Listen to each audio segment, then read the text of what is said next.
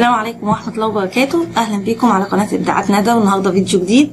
الفيديو ده من بساطته وهو بسيط جدا، بس أنا بعتبره من أهم الفيديوهات اللي بقدمها لكم، لأنه فعلا مهم جدا. الفيديو بتاعنا النهاردة بيتكلم عن حاجة مهمة جدا جدا جدا. اي بيت طبعا فيه فريزر او ديب فريزر، حتى لو انت مش هتخرجي بره البيت. انا بس حبيت اربط لكم العنوان بخروج بالبيت، لان العيد جاي وفي ناس بتطلع بتروح بقى لاهلها اللي مش ان هم مش جنب اهلهم، يعني بيسافروا يومين ياخدوا اجازة العيد، او يروحوا يغيروا جو في اي مكان. فطبعا كلنا بنسيب بيوتنا في الاجازات زي ديت.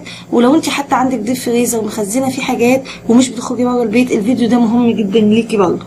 الفيديو ده فكرته ببساطه ان ممكن الفريزر او الديب فريزر مننا يفصل من غير ما ناخد بالنا، وده اللي فعلا حصل معايا. عشان كده اتنبهت للموضوع ده وقلت ايه اقول لكم عليه.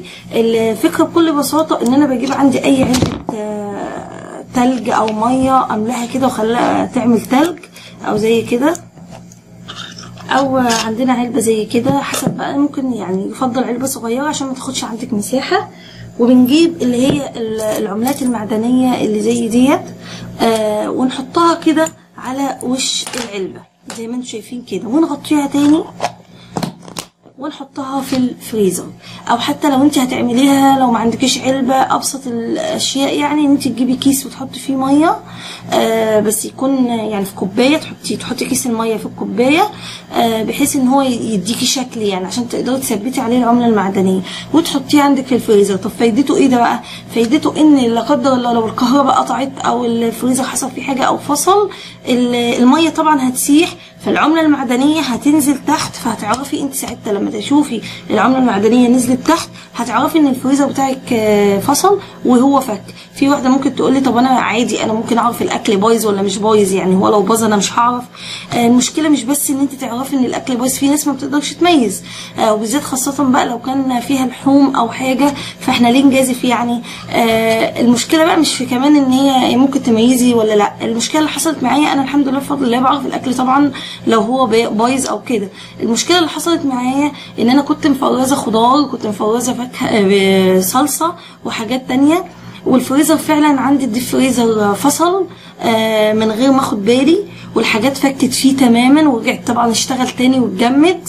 فانا طبعا ما اخدتش بالي من الموضوع ده خالص، وجيت اخدت الحاجات عشان اطبخها. كل ما اطلع صلصه الاقيها حامضه وارميها، كل ما اطلع كيس خضار الاقيه بايظ وارميه. فللاسف بقى اني عمل لي مشكله. انا ببقى عامله حسابي ان انا هعمل الاكله الفلانيه او انا حاطه في الفريزر كذا، واجي اطلع الاقي الاكل بايظ. فطبعا بيبقى لخبط لك الدنيا خالص، ما بتبقيش عارفه تعملي اكل ايه، بتبقي مرتبه نفسك، بالذات لو في وقت، لو ان الوقت عندك قصير. فدي طبعا بيسبب لك مشكله. غير بقى ان ممكن الاكل حتى ما تلاحظيش انه بايظ وتتعمليه، ولا قدر الله ممكن يسبب مشاكل ليكي ولافراد اسرتك. الفكره رغم انها بسيطه بس مهمه جدا جدا جدا، بنصحكم تعملوها.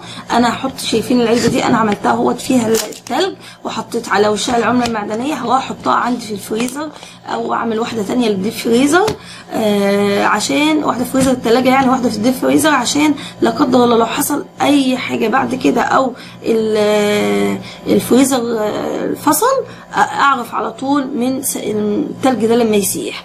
لان طبعا انا عندي الفريزر الثلاجه بحط فيه الحاجات اللي انا بستخدمها فتره قصيره، وعندي الديب فريزر بخزن فيه الحاجات اللي بتقعد وقت طويل، فممكن ما اشوفش الفريزر انه فصل او ما اخدش بالي ان الحاجات فكت فيه. يعني ممكن اقعد مثلا اسبوعين 3 ما اخدش منه حاجه، فبالتالي هو لو فصل ورجع اتجمد تاني الحاجات انا مش هعرف. دي بقى اللي هتعرفني.